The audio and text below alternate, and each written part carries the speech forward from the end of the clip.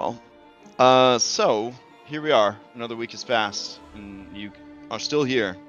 So we will keep playing. All right, let's get our factspiration question up. And let's see. 484. Set to secret rolls. There we go. Wow, that's almost the biggest number. All right, that means it's a moral quandary. Okay. So moral quandary is the unfaithful friend. You go out with your significant other, partner, friend, whatever, for dinner at a new restaurant you have not frequented before. It is in a part of town you rarely visit. You are shocked to see your friend's spouse having dinner with a very young, attractive person. From the way they are behaving, it is obvious they are more than friends. The couple finish their meal and leave without seeing you. They behave very affectionately on the way to the door. In fact, they hold hands and interlock their fingers in front of everyone. Do you tell your friend, knowing you probably will not be believed and that it may ruin your friendship? Say nothing about seeing the couple, and as it is none of your business. They may even have an open relationship. I guess we should add a third option because, D&D characters. Confront the spouse publicly in front of the entire venue, declaring their unfaithful behavior and your knowledge of their crimes! Exclamation mark. Yeah, that seems like something a D&D character would do. All right. I think it's the fantasy fulfillment aspect of the game. People are like, yeah, I would do the thing that I would never do in real life. All right. Like people on the internet. Right. Yeah, exactly. The internet is definitely fantasy fulfillment for a lot of people. So while you contemplate this real heavy question, I guess, I think it's a little bit ethical dilemma, but it's fine. While you contemplate this question, is anybody for a recap spiration, an opportunity to re-roll a die roll, or give yourself advantage before a dice roll, want to sum up what happened last week? I feel like it'd be a pretty easy recap, if I'm being honest. I feel like this is it's like a free point hanging low on the vine. Anybody? Going once? Going twice? Dang, no one's interested? Okay. The last possible seconds, we're closing the polls. Daniel, you eke it out by 1. Alright. Alright, fair enough. Last time on Curse of Strahd Daybreak, I was left wondering what's cooking. But before that, we, after the events of the night before and, the ruined village and all the horrible, death, bodies, all that, we decided we're gonna, get some rest because, our last rest was, ruined. So we got through that with, only the Rock of Gakkus showing up, to disturb our slumber. Luckily, it was just after this big ass elk. We let it hunt. It grabbed its meal and flew away. That thing was not what I was expecting. I was like more of an eagle. This is like every exotic bird some like rich person bought and decided they didn't want and then just threw away, and they are now one big giant murder bird. Mm-hmm. Yep. So maybe a wizard's familiar. I don't know. Could have been. Maybe. I'd hate to see the size of that wizard, but Then we picked up camp. Traveled for a few hours because this was already middle of the day until we got to the edge of a spooky wood. And I was like, oh, let's keep going, but everyone was like, no, we'll do that in the morning. So we pitched camp after only about 3 hours of travel. I was thinking, it's like, okay, we're fine. We're gonna get a good night's sleep finally, at last. That didn't happen. It was a bloodbath the entire night. I mean, first, a couple giants rolled up with some bears, and they're like, "We want your stuff," and we're like, "No way, man!" So we had to beat them up. They had bears. Taltos turned into a bear. Tiernan, he brought in a bear from like nowhere, so it was like, claw bite all over the place. I even got in on that action. It was glory. So we got through that, and a couple hours later, some more bears, or not some more bears, but some more giants, and/or bears rolled up, and they were like, "Is this a good idea?" And it's like, I don't know. They found out, and that also went bad for them. So we got this giant pile of giants. We looted their shit. So like finally, okay, we're gonna get a little shut-eye. Then a little while later, some elementals roll up. Oh, that's right. And by that time, I'm just like, screw this shit. Sparky, you want in on this? And he's like, yeah, dog. So we rolled up on that, and we are currently in the middle of that business. Ah, yes. And then you called upon your new powers from Sparky, and you kind of General Palpatined yourself a little bit with the electrical. Okay. Oh shit, yeah, unlimited power there. It's fine.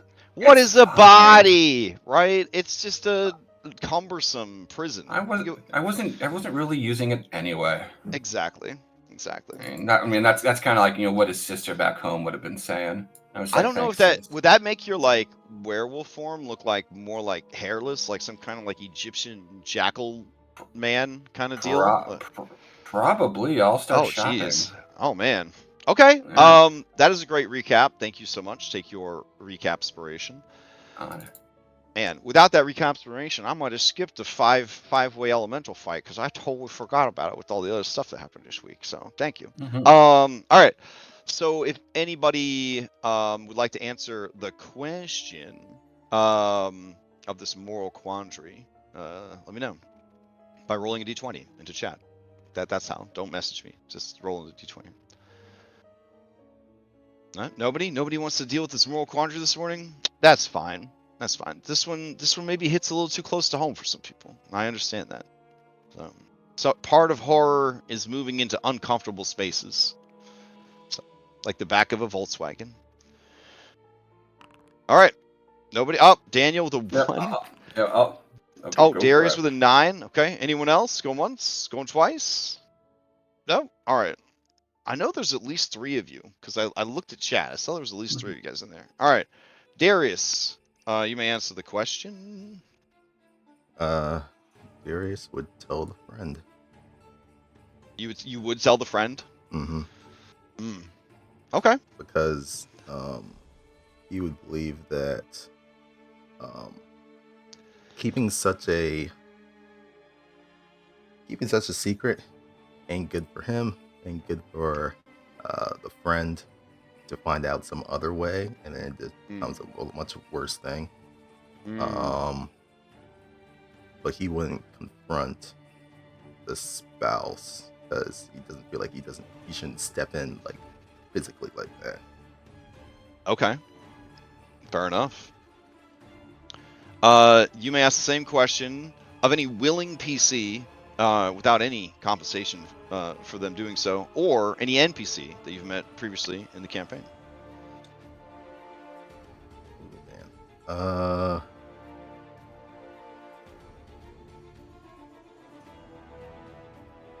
man. I want to ask Ismark. I haven't heard from him in a while. Let me see.